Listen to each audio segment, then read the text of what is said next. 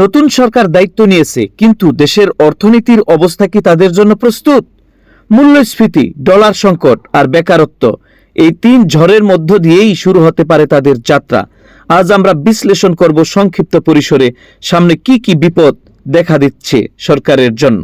2026 সালের জানুয়ারি মাসের তথ্য অনুযায়ী বাংলাদেশের সার্বিক মুদ্রাস্ফীতির হার বেড়ে দাঁড়িয়েছে 8.58%।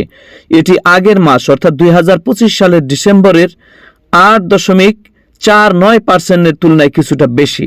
ডলার সংকট ও রিজার্ভের চাপ, আমদানি ব্যয় মেটাতে গিয়ে বৈদেশিক মুদ্রার রিজার্ভ ব্যাপকভাবে কমে যাওয়ায় বাংলাদেশ ব্যাংকে বর্তমানে তীব্র ডলার সংকট বিরাজ করছে।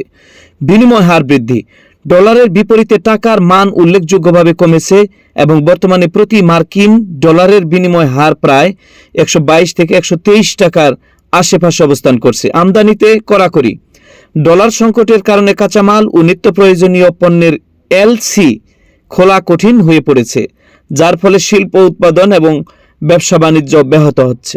দেশে কর্মসংস্থান নেই, কর্মসংস্থান না থাকাতে সবাই চাঁদাবাজি, ডাকাতি, চুরি এগুলো করতেছে। এগুলো করে দেশের অর্থনীতিকে কখনো দাঁড় করানো যায় না। সবাই যদি চাঁদাবাজিকে মূল পেশা হিসেবে বেছে নেয় তাহলে বিপদ অনিবার্য বাংলাদেশে। বেকারত্ব, গত এক বছরে প্রায় 30 লাখের বেশি মানুষ কর্মসংস্থান হারিয়েছে এবং 2026 সালের মাঝামাঝি নাগাদ আরও 3 মিলিয়ন মানুষ বেকার হওয়ার ঝুঁকিতে রয়েছে বলে অর্থনীতিবিদরা সতর্ক করেছেন।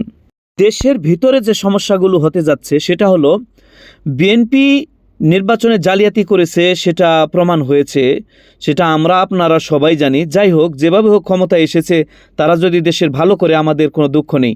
এখানে ঘটনা হলো, বিএনপি যদি তাদের সকল অপকর্ম বন্ধ না করে জামাত ইসলাম আন্দোলন করবে এবং মাঠে তারা সক্রিয় থাকবে, এই দিকে একটা বিপদ।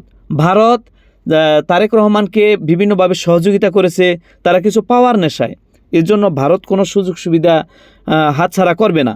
এদিকে ভারতও উৎপেতে আছে। সব মিলিয়ে বিএনপি সরকারকে কঠোর এবং সুশৃঙ্খল হতে হবে, নয়তো বিপদ অনিবার্য। দেশের ক্ষতি হবে, মানুষের ক্ষতি হবে, অর্থনীতি দেবে যাবে। সব মিলিয়ে দেশকে উদ্ধার করতে হবে। পুনরুদ্ধার করতে গেলে সকলের সহযোগিতা প্রয়োজন। বিএনপিকে আমরা অনুরোধ করব সঠিকভাবে দেশ পরিচালনা করুন। ধন্যবাদ সকলকে।